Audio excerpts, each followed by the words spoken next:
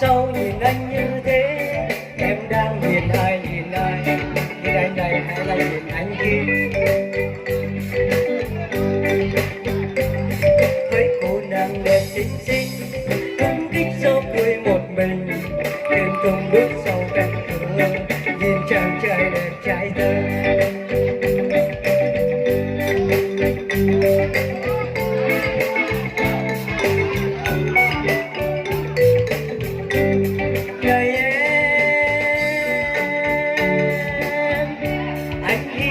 Em chưa có chồng, điều cười em đó, cái duyên em đó, một cuộc bên anh. Ôi thích quá, ôi thương quá, ôi yêu quá. Cái cuộc không dám nói ra, đôi ta không dám đối mặt. Hai bạn làm có chúng câu, gắn nhau câu chuyện giản hơn. Cái duyên sẽ về với tôi, cái duyên sẽ về với tôi, về với tôi, về với tôi, về với tôi.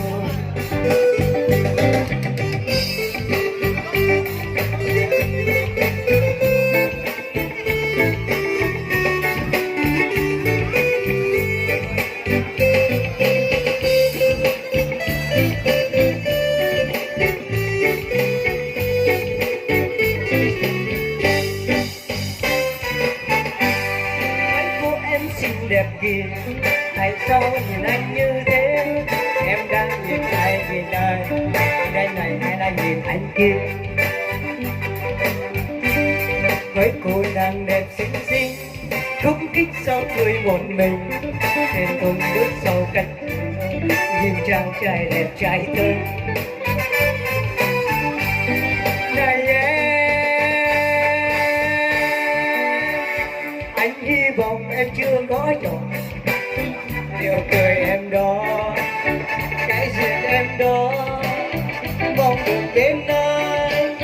Ôi thích quá, ôi thương quá, ôi yêu quá.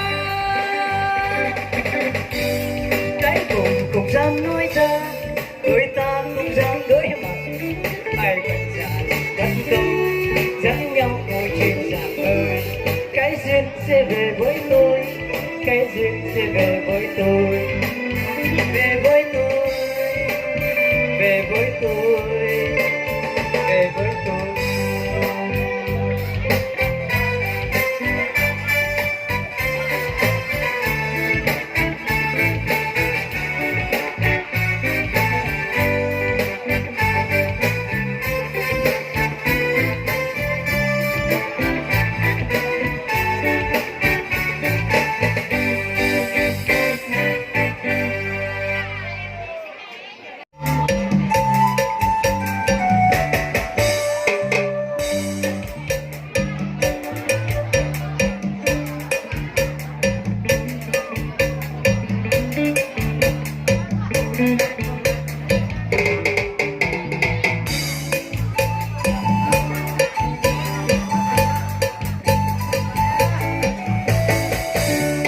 Ngày nhật nhìn từ trên khu phố, có cô em tung lại nhiều đôi hoa thơm. Mặt trời buồn nhiên đến trên vai em buồn trời, cho anh bầu muốn được cùng anh về vùng biển vàng.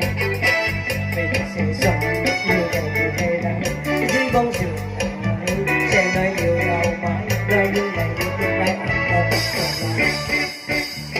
Chiều hôm nay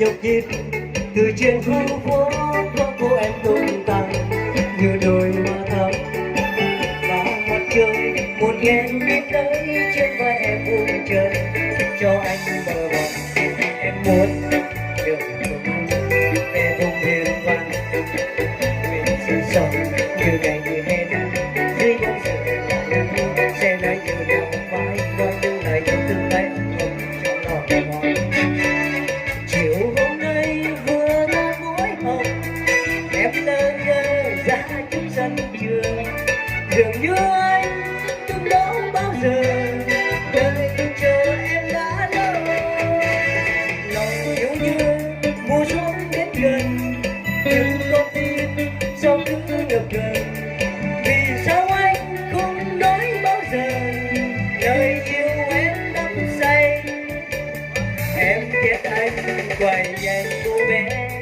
nên thấy anh em vời như không thấy em bắt anh làm cái đuôi em đó đi giấc tội